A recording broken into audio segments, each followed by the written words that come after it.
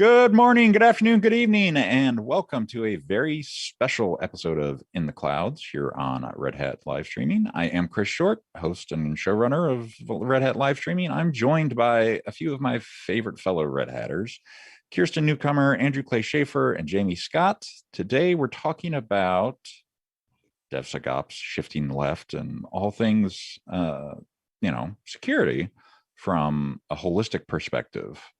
So this is part 2 of the series. We did part 1 on the Level Up Hour, and I'm going to grab the link to that. Kirsten was so nice to join us during a session for the Level Up Hour. So thank you for doing that, Kirsten. But, while I'm doing that, let's debate if cheesecake is a cake or a pie. And I think Andrew had one of the better answers in the pre-show run-up to this, I feel like. You want the whole answer? I started by saying this is kind of like the particle wave duality problem. Yes. So it can manifest as it needs to, depending on what we're trying to do at the moment. And then I started working on establishing a taxonomy of the qualities that a pie has and the quality that the cake has. We can start to build up to the types of cheesecake that are going to manifest as a pie or cake, depending on your perspective, with the observation that you're making on the system. Correct. There you go. Yeah. There you have it, folks. and then we got into if hot dog is a sandwich, but right. Cheesecake is not a sandwich. We did figure that out. No, we did, yes. And in my house, the taxonomy is height.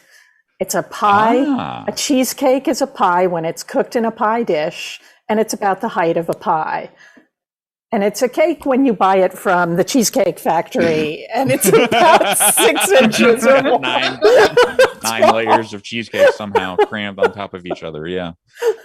If that were the criteria, then every cheesecake I made would always be a pie, and everyone else made. My mother always made pies, cheesecake pies. Right, exactly. So I like Andrew's answer the most, though, because it's pretty much it's whatever the hell you want it to be. So there you go. What do you need it to be? What do you? What do you call it? The cheese pie factory, though. I'm gonna petition them to change their name to Cheese Pie. So we've done this rather long experiment of asking people what they think, and we all think it's pie. So you should. Anyways, enough about cheesecake. What exactly is shift left? What do we mean when we say shift left, Andrew? Well, I think we have to start with recognizing that that's framing things from languages that read left to right. And typically we draw charts that go left to right, which is not true for everyone on this planet. But it's getting involvement and accountability earlier in the process, right? So if you're in the DevOps community or if you're in the DevSecOps community conversation, but even previous kind of iterations of this in lean manufacturing and all these other kind of process automation, process improvement, there's a general theme of making the feedback loop shorter, the accountability, as close to the actor as possible. And in order to do that, you need those inputs as far left in the process, assuming you believe that the things start on the left, right, as you can get them.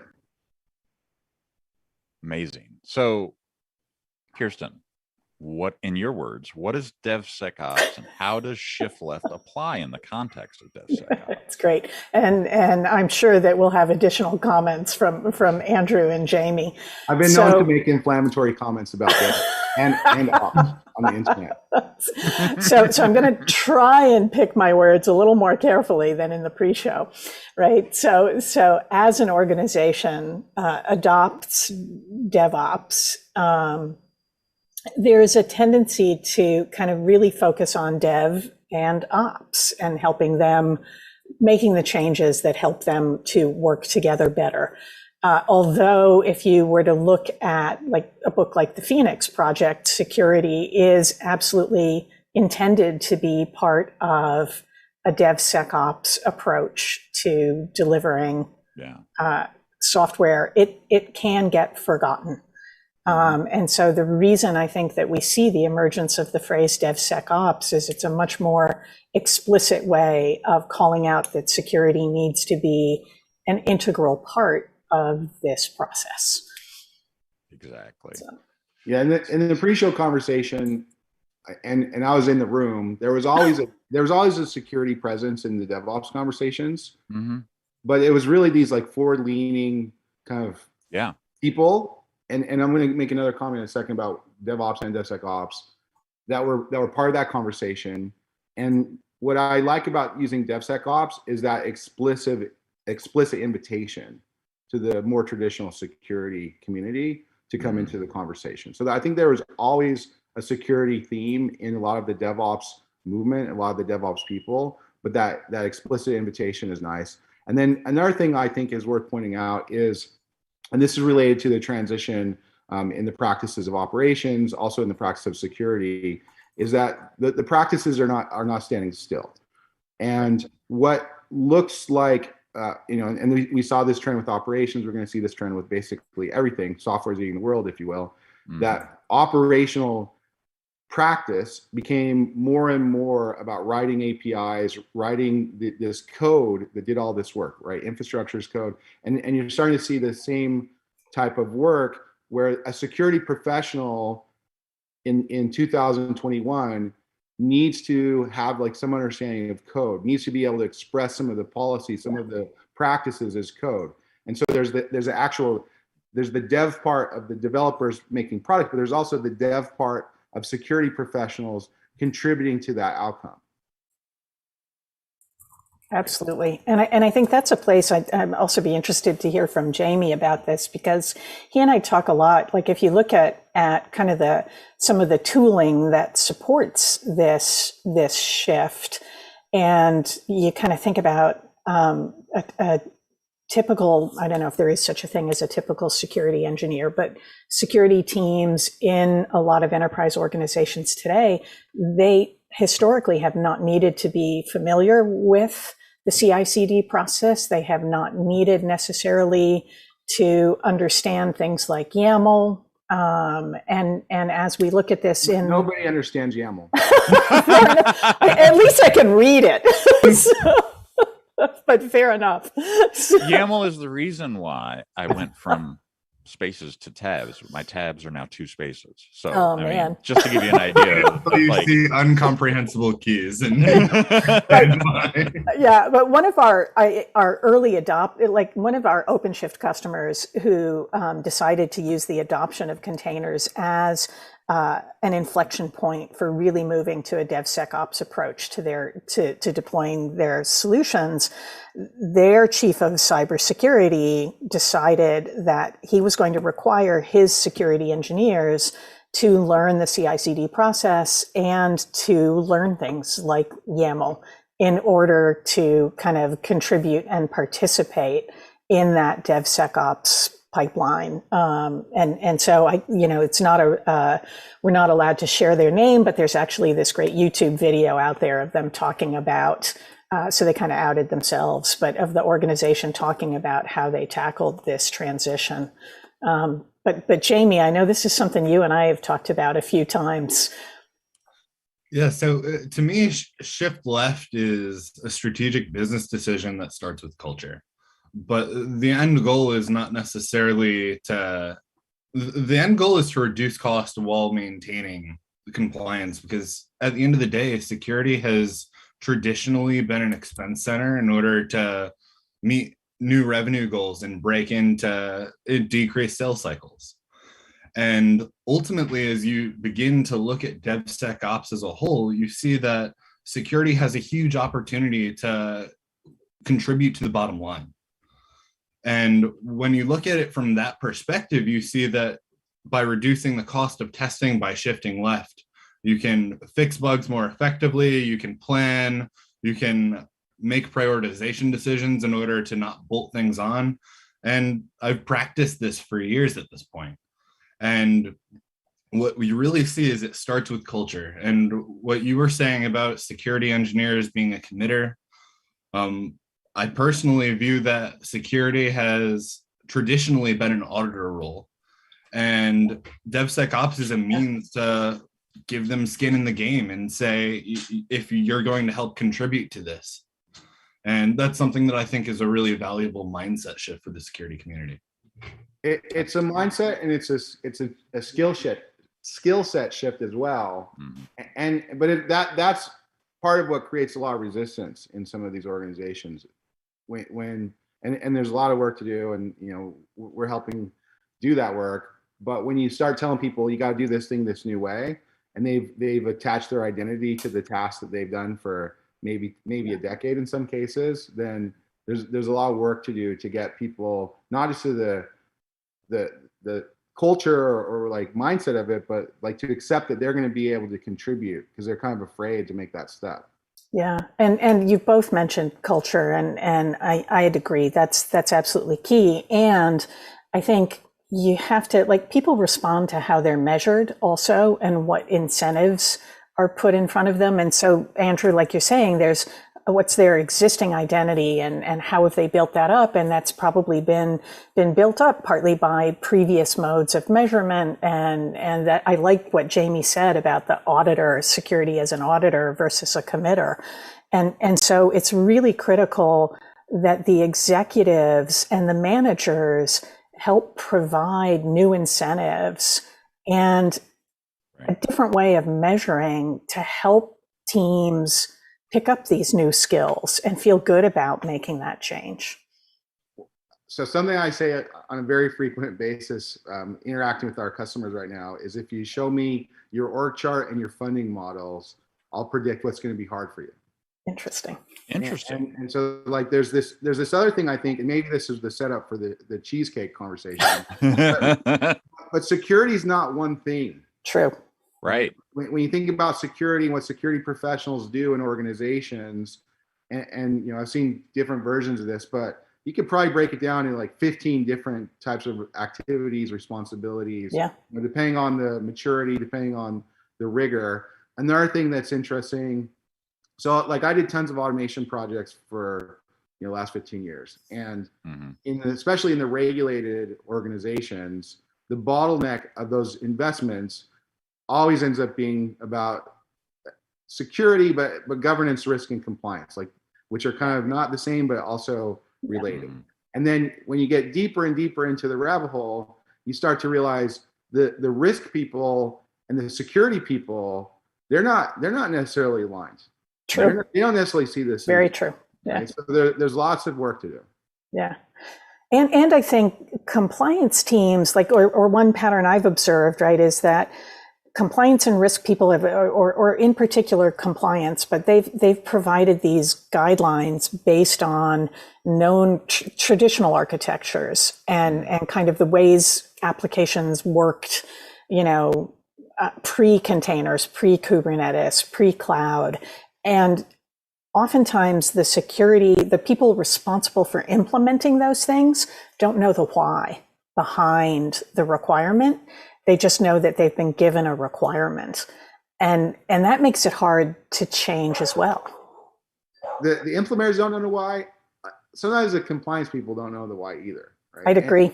And you end up where, and this is sort of the point I think Jamie was making a minute ago, that it's this academic rubber stamp after the fact with an audit that, we checked these boxes, we were in compliance. There's lots of blurry things where, are we in compliance? Well, we'll just sign off on it because it's like 10,000 lines of code or whatever, and then we'll figure it out later. But there's lots of, this is the beautiful thing about where some of this is going, is that you can actually be in compliance, verified, audited in a way that you never could before, as you start to modernize the policy and have the policy be enforced by this code itself instead of by a human checklist audit after the fact.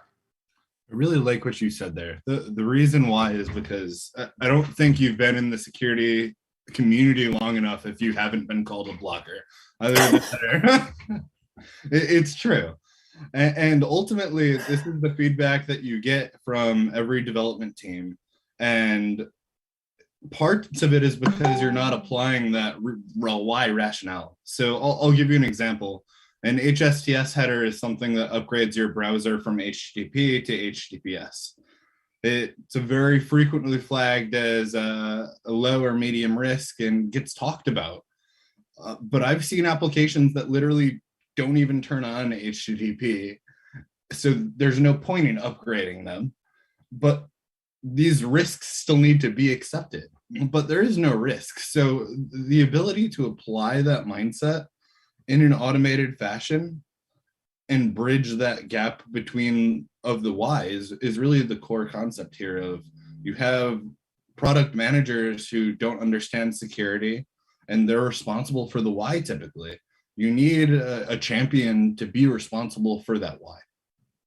And I think this is also going back to the shifting left. You need that conversation to happen before those things are implemented, not something you come back and rework. And unless you want to spend all the money you don't have. And one of the interesting things about code too is it, in some ways, maybe it's like, how do you make sure that that why is captured as you implement compliance as code and security as code, because the how behind may be different.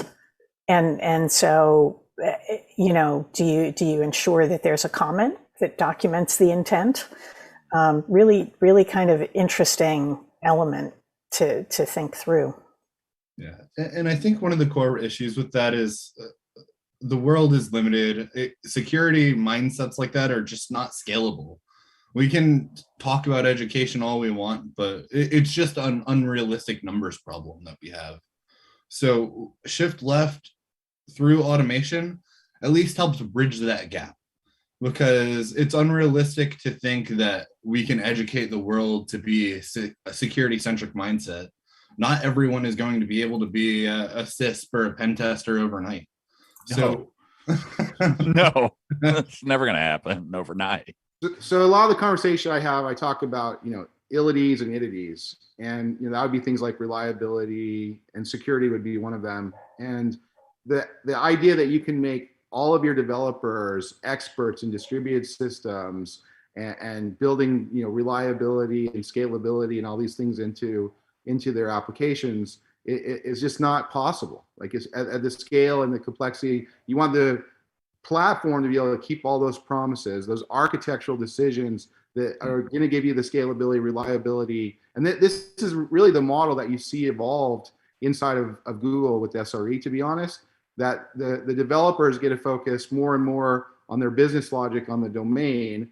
Things like scalability are solved because they're writing to those libraries, they're writing to those systems that can keep those promises. And security is just another thing that you want to bake into that architecture, into those platform services. So the developers are not going to be experts in security, and they don't have to be.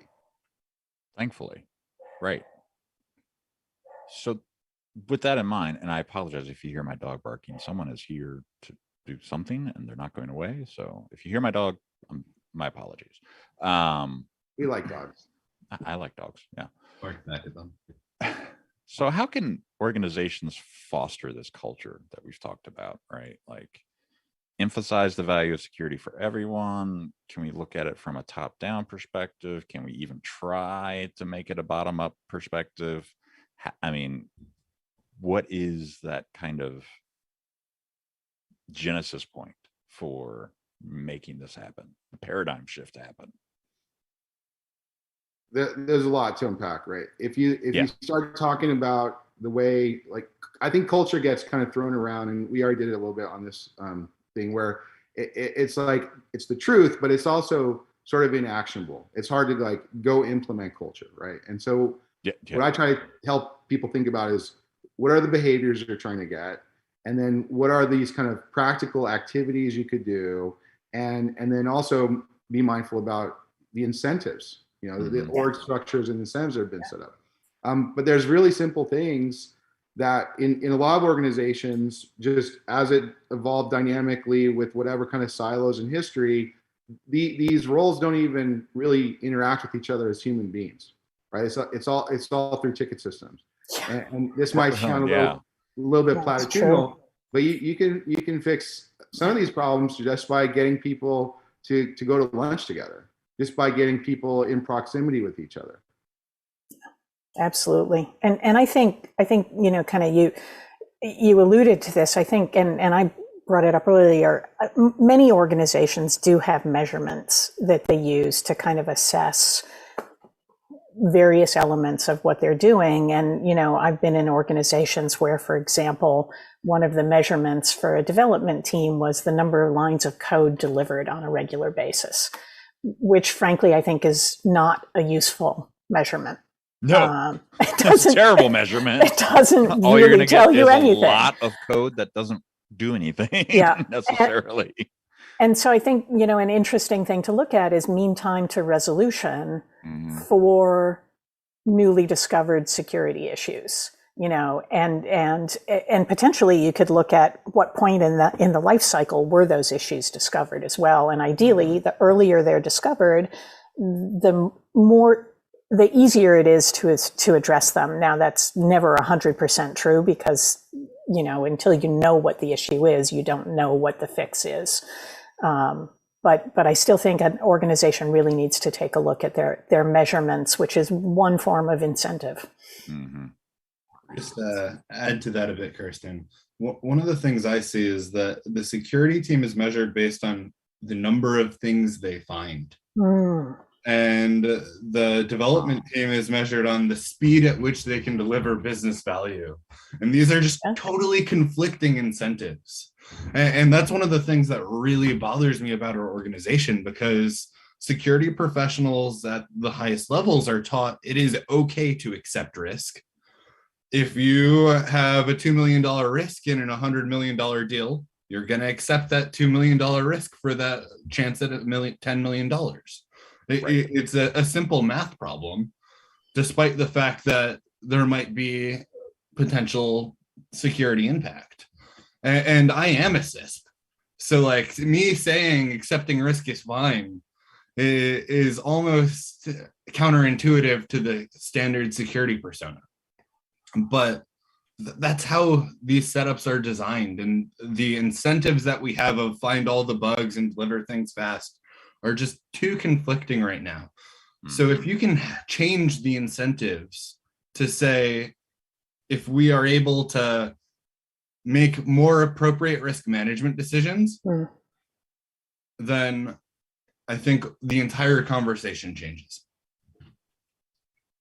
Nice. So let's talk about policy, right? Like there's all kinds of policy out there, right? We've got regulatory policy, we've got security policies, we've got, internal organizational policies.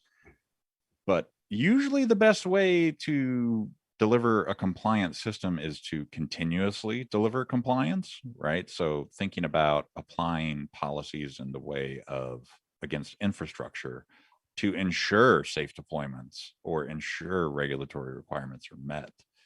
How would you go about, assessing what your policy enforcement should be within your environment in, any organization, right? Like, is there a process that you normally drive people through, or is it more like, well, it depends on if they're, financial services or something else?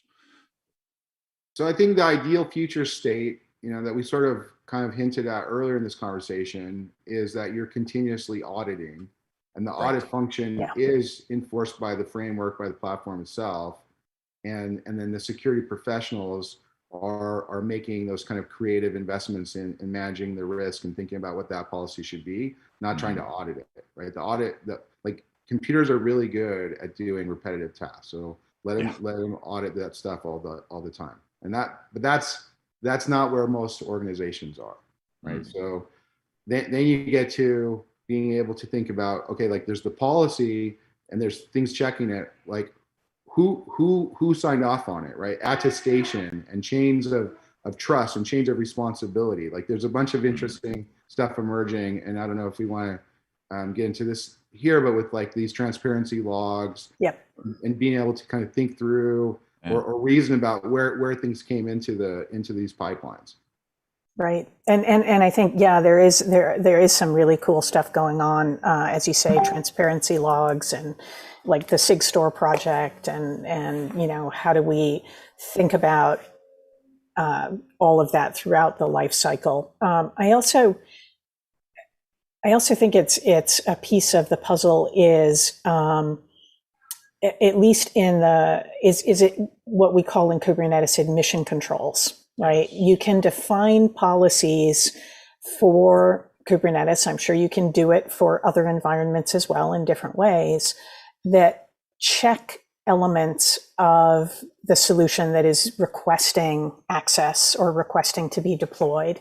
And in that case, kind of one of the things that comes up frequently is that principle of least privilege, right? So can I check for the appropriate privilege request? Now that gets challenging because you might create a policy that's fairly, after all, it's code, it could be fairly black and white. And then if a solution needs certain levels of privileges that you don't allow by default, you're back to an exception process. So you also, there are also interesting tools emerging in that space too that help you define fairly complex policies, OPA and OPA gatekeeper in the Kubernetes space. And there's another policy engine. Kyverno? Sorry. Yes, thank you, Kyverno, in that space as well. Awesome. Yeah. And I can't emphasize the importance of like treating this as a computer solvable problem, not a human solvable problem, right? Like computers are way better at this than humans could ever be. So for auditing, yeah, for auditing purposes, I like to think of everything in terms of a socio-technical system. So it's augmented intelligence, right? It's not. I think we're pretty far away from saying like this is a computer solvable problem. Like security, securability, these are qualities that come from the socio-technical system, which is the combination of those computing systems and those social systems coming together to deliver. Like you can't, just like you use another analogy from reliability, there's no organization on this planet that thinks that they don't need the SREs. Right. So you can invest in AI, automation, autonomous systems, whatever. But no one thinks right now in 2021 that you could just turn your back on all this stuff and it's going to be good. And I think that analogy comes over to security as well. It's the socio-technical system that delivers security. Absolutely. Just we think about facial recognition, right? The facial recognition systems we have today are partly driven by the data that's fed into them, and humans are controlling to some extent what data gets fed into them. That will shift over time, right? But I do think there are some things, So yeah, I'm with you. Humans are always part of it. Cases. There's always going to be corner cases, and someone better be there that has a clue what's going on.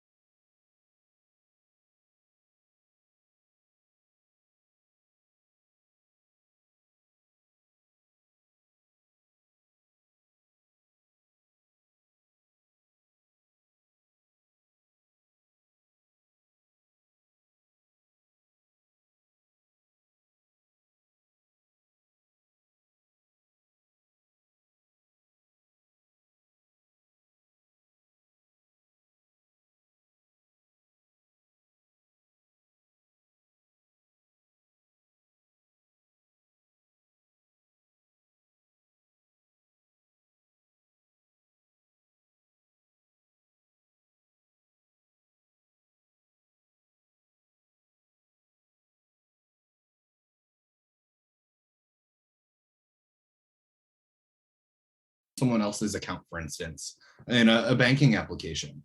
So being able to look at those types of business logic problems is one of the most important things I think that security people can apply themselves to in a socio-technical problem. So to that point, if you go look at the most of the breaches that happen, very few of them, relatively speaking, are because someone exploited some, CVE or whatever that's like in the system that's technical. There's lots of social engineering that leads to the breaches. Yeah, I mean, if you just send a phishing email saying free coffee, imagine the hit rate on that if it came from a spoofed email within the org. I mean, I can tell you that as someone who sent those phishing emails, that's my #1 hit. Free coffee? Yep.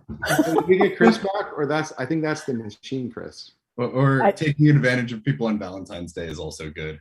Oh, wow. You have to have the particular mindset to do that kind of hacking, huh? So. You have to be evil. So, pushing the boundaries a little bit.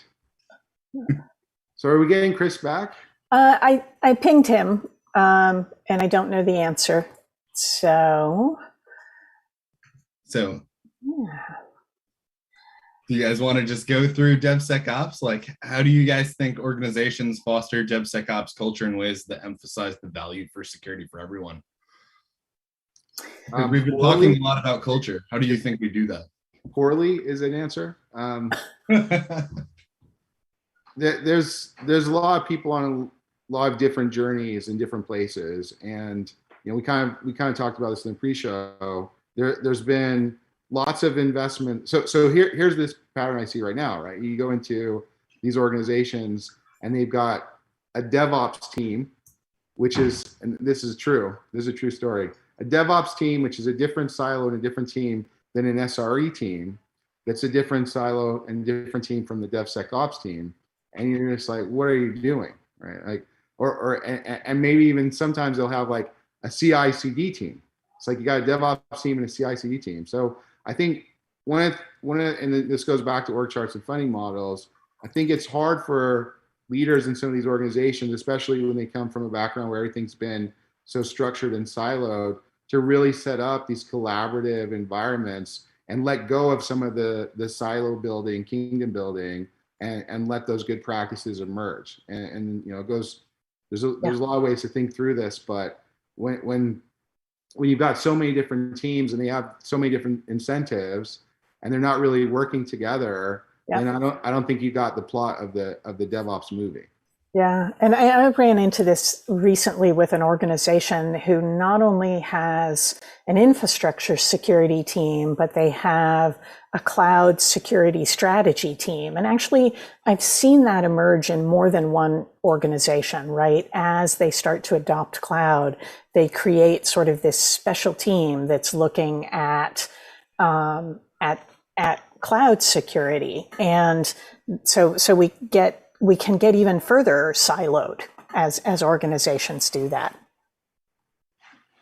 I mean, it's almost by we've kind of like built this culture where organizations want or individuals want to be kind of empowered, and the only way they can do that is collecting body count and building these orgs and getting these budgets, instead of having kind of like floating funding models where project teams are brought together from pools of resources. You get these long-standing silos that accumulate power over time, and I think that holds a lot of organizations' creative potential back. Not just on security, but on all the other digital initiatives. Yeah, absolutely. Yeah. So what are some of the things that Red Hat is doing to help? I know there are elements, Andrew, that you're working on, and then Jamie, there's a product set that you're working on, but maybe we start with Andrew and then shift to Jamie. So security is an interesting one, and there's a number of things that are happening, in conversation with my team, and we are working with product, working with there's some.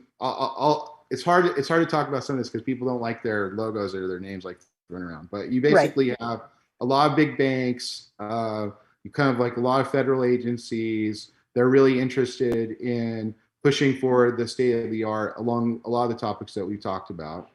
On my team publicly, John Willis has been participating in kind of writing these papers about, doing security differently, doing attestations automated with, because it's really coming down to this tension between developer productivity and operational efficiency.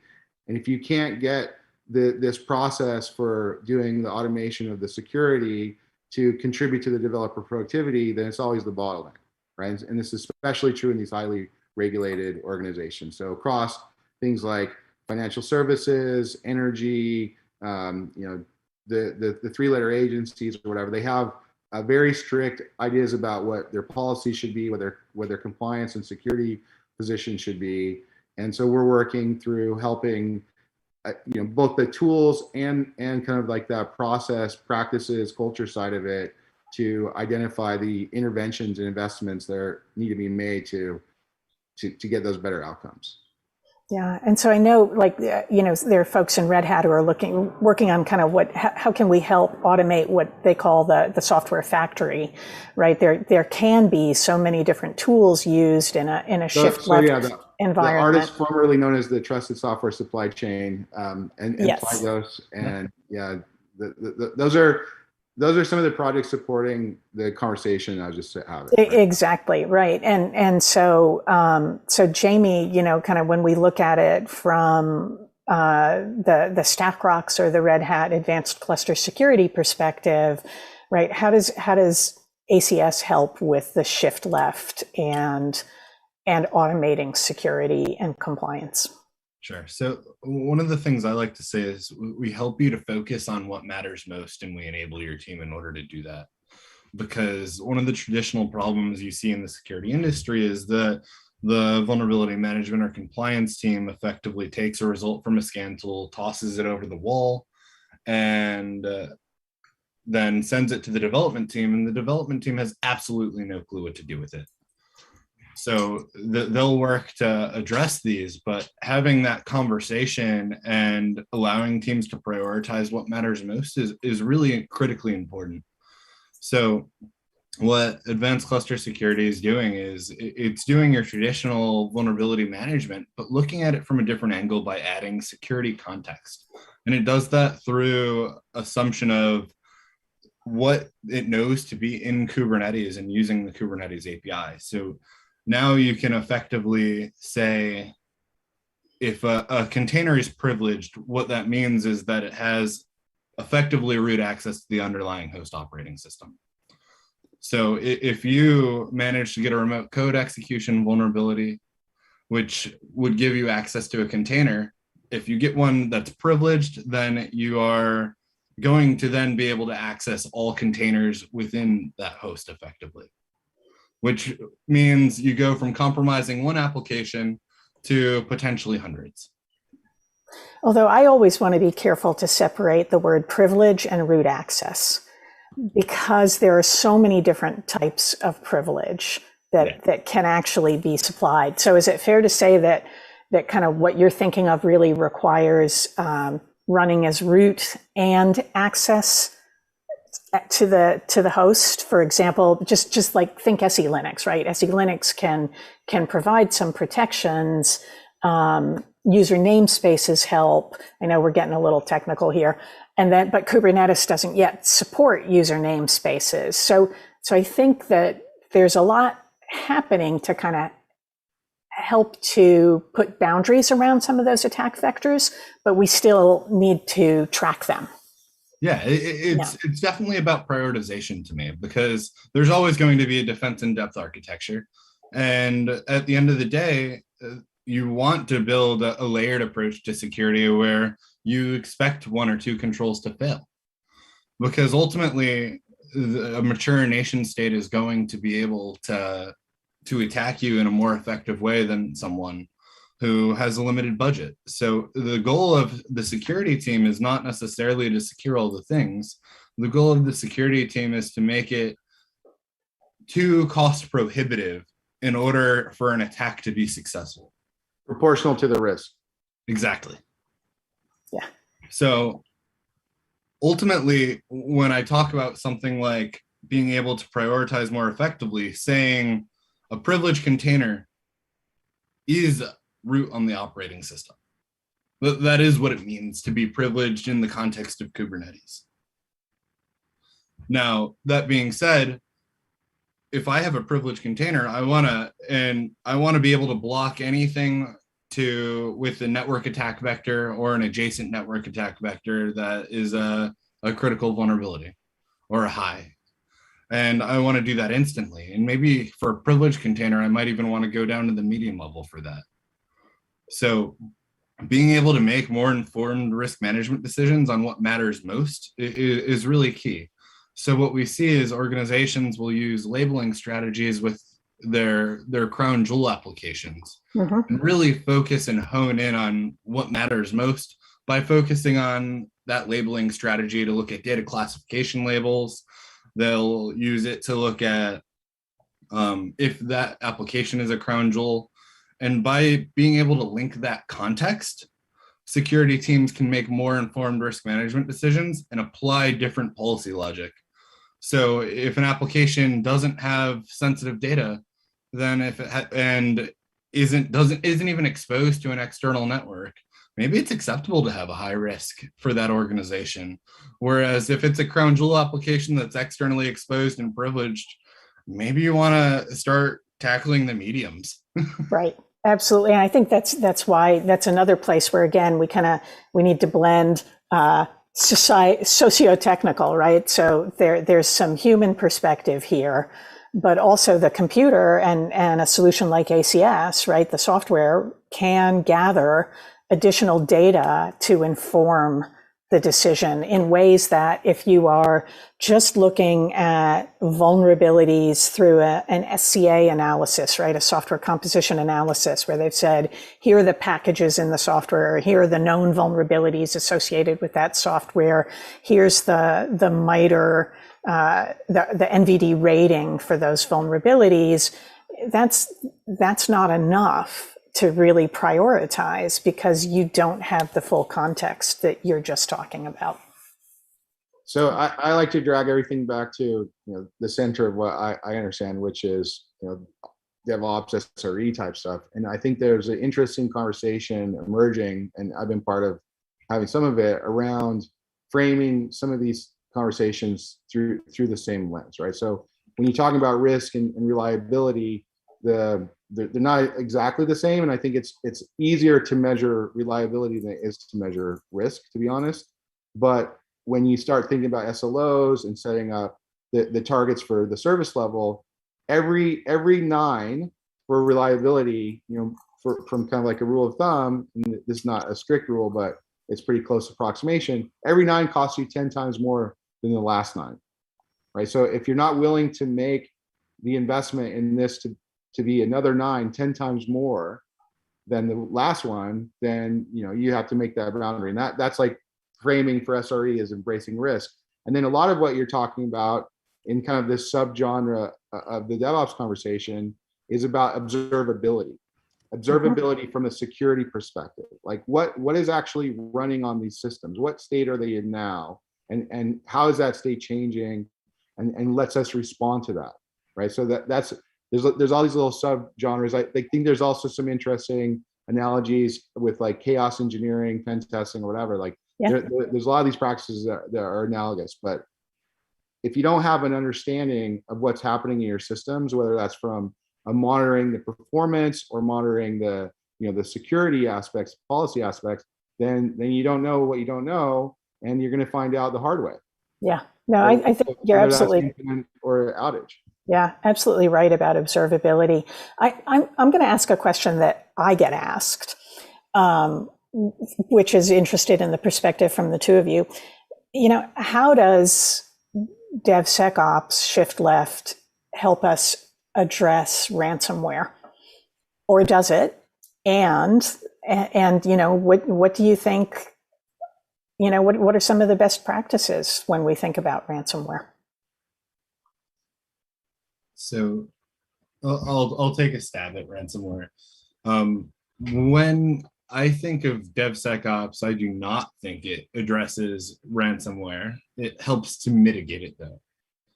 So ultimately, if you get pwned, you get pwned. There's not really a way around that. So you can mitigate the risk of that ransomware spreading. You can mitigate the risk of lateral movement, and you can reduce the likelihood that you're actually exploited. But that being said, it's unrealistic to think that shift left is in any way going to help address a ransomware attack, because the reality of the vulnerability management space is that it is a moving target.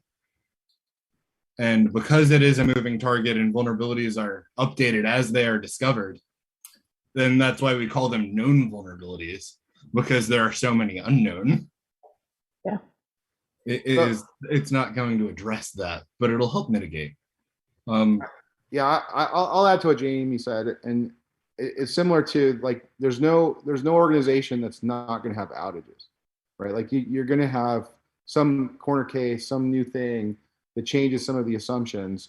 But what you can do with these investments is you can have a better understanding of what software is running, how that software came into your system, the policies, and then being able to remediate the known ones is one thing. But the idea that you're going to be able to take care of and prevent every single thing, which is literally an arms race with adversaries, it's just unrealistic.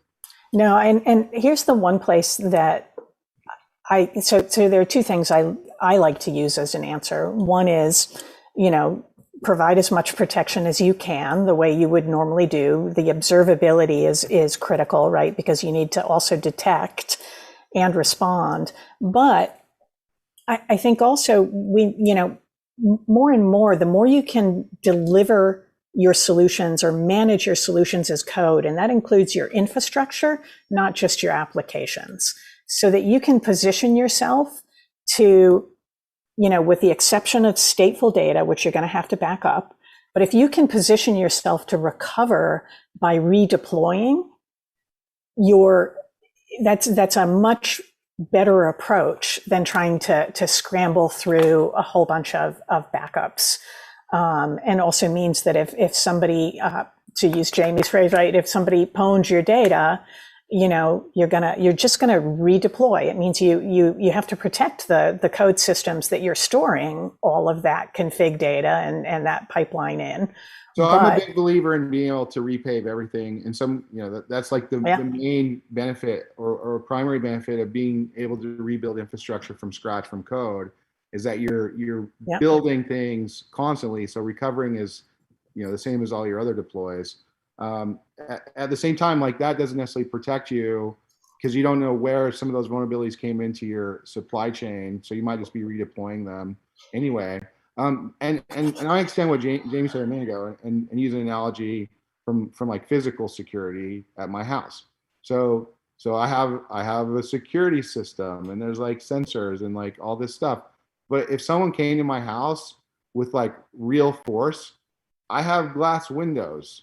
Like, they're gonna get in the house. Like, it doesn't matter. And like 911 will come maybe later, but like someone could come in this house by force, and there's nothing that security investment will do to prevent there is no such thing as 100% security, and we're really just talking about what are some of the approaches to mitigate situations.